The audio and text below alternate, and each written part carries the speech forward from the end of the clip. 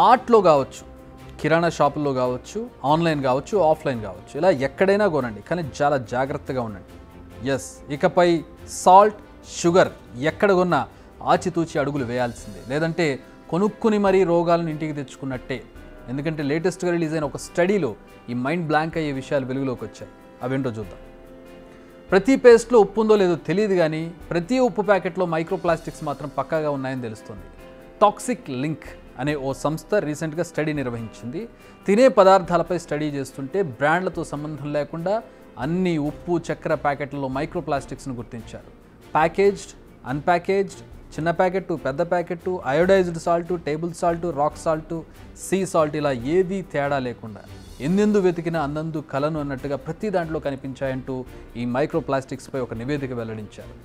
So ఈ microplastics పరిమాణం ఎంతో తెలుసా? 0.1 మిల్లీమీటర్, 0.1 mm నుంచి 5 mm వరకు. అంటే కంటికి దాదాపుగా కనిపించదు. మనం అలా తీసి అలా ఉప్పు వేసేస్తాం, ఇలా షుగర్ తీసి అలా వేసేస్తాం. సో దాన్ని అంత కీన్గా అబ్జర్వ్ చేయం. ముందు ఉప్పు సంగతికి వద్దాం. అయోడైజ్డ్ సాల్ట్ మనం మరీ కోరుకునే సాల్ట్ ఇది. అయితే ఈ సాల్ట్లోనే ఎక్కువగా మైక్రోప్లాస్టిక్స్ ఉన్నాయని తేలింది. కిలో ఉప్పులో 6.71 నుంచి 89.15 పీస్ల మైక్రోప్లాస్టిక్ను గుర్తించారు. అదే టేబుల్ సాల్ట్ అంటే కళ్ళుప్పు అత్యంత తక్కువగా, అంటే 6.71 పీస్ల మైక్రోప్లాస్టిక్ ఉంది, ఎందుకంటే అది అంత రిఫైన్ కాదు కాబట్టి. ఇక చక్కెర విషయానికి వస్తే కిలో చక్కెరలో అత్యల్పంగా 11.85 మైక్రోప్లాస్టిక్ పీసులు ఉండగా అత్యధికంగా 68.25 మైక్రోప్లాస్టిక్ పీసులు ఉన్నట్టు గుర్తించారు. అంటే మనకు తెలియకుండానే ఈ ప్లాస్టిక్ను మనం తినేస్తున్నాం. యావరేజ్గా మనం డైలీ 10.98 గ్రాముల ఉప్పు, 10 స్పూన్ల చక్కెర తింటుంటాం. నిజానికి చాలా ఎక్కువ. అదే పెద్ద ప్రమాదం. అంటే ఇప్పుడు వీటిలో కూడా మైక్రోప్లాస్టిక్స్ కలవడం మరింత ప్రమాదకరం. ఈ కంటికి కనిపించిన మైక్రోప్లాస్టిక్స్ మన హెల్త్కి చేసే చేటు అంతా ఇంత కాదు. అంటే లిటరల్లీ మనం ప్లాస్టిక్ తింటున్నట్టే. ఇవి మన బాడీలో చేరితే లంగ్స్, హార్ట్ రిలేటెడ్ ఇష్యూస్ వస్తాయి, క్యాన్సర్ బారిన పడే అవకాశం ఉంటుంది, చివరికి తల్లి పాలను కూడా హానికరంగా మారుస్తాయి. ఉప్పు, చక్కెర మాత్రమే కాదు, మనం పీల్చే గాలిలోనూ తాగే నీరులోనూ మైక్రోప్లాస్టిక్స్ ఉన్నాయని గతంలో అనేక స్టడీస్ చెప్పాయి. ఇలా మన బాడీలోకి చేరిన మైక్రోప్లాస్టిక్స్ మెదడులోకి చుచ్చుకుపోగలవు. అంటే అదే విధంగా వెళ్ళకపోవచ్చు, వాటి రూపాంతరం మారుతుంది, కెమికల్ కాంపోజిషన్ మారుతుంది. ఆ విధంగా మన బ్రెయిన్లో, మన బాడీలో అది వ్యాపించిపోతాయి. ఇది అత్యంత ప్రమాదకరం. ఇది మన మెదడు పనితీరుపై ప్రభావం చూపుతుంది. అంతేకాదు ఈ మైక్రోప్లాస్టిక్స్ పురుషుల సంతానోత్పత్తి సామర్థ్యంపై కూడా చాలా ప్రభావం చూపుతుందని కూడా తేలింది ఈ స్టడీలో. రీసెంట్గా జరిపిన మరో స్టడీలో చాలామంది రక్తంలో కూడా పాలిథిలిన్ టెరాఫ్థలేట్ ఉందని కనుగొన్నారు. ఇది నిజానికి మన ఇంట్లో వాడే ప్లాస్టిక్కు సంబంధించిన రసాయనం. వాటర్ ప్యాకెట్లు, కూల్ డ్రింక్స్, ఫుడ్ ప్యాకేజీకి వాడతారు ఈ పదార్థాన్ని.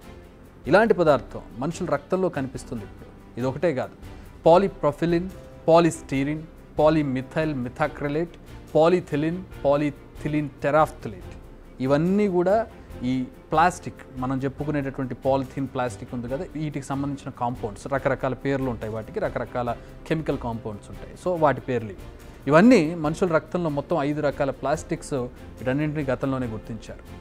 ఇవి మన శరీరంలోకి ఎంట్రీ ఇవ్వగానే మైక్రోప్లాస్టిక్స్ వల్ల కణాలు చనిపోతాయి. శరీరంలోని కణాల రోగనిరోధక ప్రతిస్పందన తగ్గుతుంది. మైక్రోప్లాస్టిక్స్ శరీరంలోని కణాల గోడను విచ్ఛిన్నం చేస్తాయి. శరీర కణం జన్యు నిర్మాణంలో మార్పులు చేస్తాయి. మైక్రోప్లాస్టిక్ పరిమాణంపై దాని ఎఫెక్ట్ ఆధారపడి ఉంటుంది. ఎఫెక్ట్ ఎంత ఎక్కువగా ఉంటే మనకు అన్ని ఇబ్బందులు ఎదురవుతాయి. యాక్చువల్గా ఉప్పులో ఈ మైక్రోప్లాస్టిక్స్ కనిపించడానికి అనేక కారణాలు ఉన్నాయి. నిజానికి సముద్రాల్లో ఈ మధ్య ప్లాస్టిక్ వ్యర్థాలు పేరుకుపోతున్నాయి. ఇవి కనిపించకుండా ఉప్పు మళ్ళలోకి చేరడం, ఆ తర్వాత ప్యాక్ అయ్యి మన ఇంటికి రావడం జరుగుతుంది అనేది ఒక వాదన. అదే సమయంలో కంపెనీల్లో ప్యాక్ అయ్యే సమయంలో కూడా ఈ మైక్రోప్లాస్టిక్స్ కనిపిస్తున్నాయనేది మరో వాదన. ఇలా ఉప్పు, చక్కెర మాత్రమే కాదు, మేకప్, టూత్పేస్ట్ వంటి రోజువారీ ఉపయోగించే వాటి కారణంగా కూడా మైక్రోప్లాస్టిక్స్ మన బాడీలోకి చేరుతున్నాయి. సో ఇలాంటి విషయాల్లో చాలా జాగ్రత్తగా ఉండాలి. అదే సమయంలో ప్రభుత్వాలు, కంపెనీలు కూడా ఈ మైక్రోప్లాస్టిక్స్ వాడకాన్ని తగ్గించే ప్రయత్నం చేయాలి, దానికి తగ్గ చర్యలు తీసుకోవాలి. ప్లాస్టిక్ని మార్కెట్లోకి వచ్చిన తర్వాత నిరోధించడం కాకుండా దాని ప్రొడక్షన్ని ఆపితే, పాలిథిన్ కవర్లను వాడకూడదు అంటారు, కానీ ఆ ప్రొడక్షన్ ఆపరు. ఈ విధంగా దీన్ని ప్రొడక్షన్ చేస్తూ ఉంటారు, వాటిని ఆపే ప్రయత్నం చేస్తూ ఉంటారు. సో ఎక్కడో రోగం ఉంటే మందు ఎక్కడో వేస్తూ ఉంటే ఆ రోగం నయం కాదు. ప్రస్తుతం ప్లాస్టిక్స్ను నిర్మూలించాల్సినటువంటి సమయం చాలా ఖచ్చితంగా కనపడుతుంది. ఇలాంటి స్టడీస్ ప్రతిరోజు బయటకు వస్తూ ఉన్నాయి. క్యాన్సర్ బారిన పడే వాళ్ళ సంఖ్య రోజుకు పెరుగుతుంది. అలాగే ఇతర సమస్యలతో, ఆరోగ్య సమస్యలతో, కొత్త రోగాలతోటి ప్రజలు ఇబ్బందులు పడుతున్నటువంటి పరిస్థితి కూడా కనపడుతుంది. ఈ ప్లాస్టిక్ వాడకం అనేది కొన్ని దశాబ్దాలుగానే జరుగుతుంది. అంతకుముందు ప్లాస్టిక్ అనేది తెలియనటువంటి పరిస్థితి. కానీ ఈ ప్లాస్టిక్ వల్ల వచ్చేటటువంటి కొత్త రోగాలు, కొత్త క్యాన్సర్లు, మనుషుల్ని ఇబ్బంది పెట్టే పరిస్థితి ఇప్పుడు తీవ్రస్థాయికి చేరిందని చెప్పుకోవాలి. ఇక మీదటైనా ప్రభుత్వాలు వీటి మీద తీవ్రంగా చర్యలు తీసుకుని నిర్మూలిస్తే కానీ ఈ ప్లాస్టిక్ ఆగడం అనేది జరగదు. అలాగే ప్రజలు కూడా కొంచెం కాన్షియస్గా ఉండి హెల్త్ కాన్షియస్గా ఉండడం కావచ్చు, ఎన్వైర్న్మెంట్ అంటే ప్రకృతికి కూడా ఇవి చేటు చేస్తూ ఉంటాయి. ప్లాస్టిక్ డీకంపోజ్ అవడానికి కొన్ని వేల సంవత్సరాల సమయం పడుతుంది మట్టిలో కలవడానికి. సో అలాంటి ప్లాస్టిక్ని వాడకుండా ఉండడం మంచిదనేది అందరూ చెప్పే మాట. అది ఇప్పుడు ఎంత తీవ్ర ప్రభావం చూపుతుందో కూడా మనం ప్రస్తుతం చూస్తున్నాం. So be careful. Big TV outlook కథనాలు నచ్చితే వెంటనే బిగ్ టీవీ ఛానల్ ను సబ్స్క్రైబ్ చేయండి.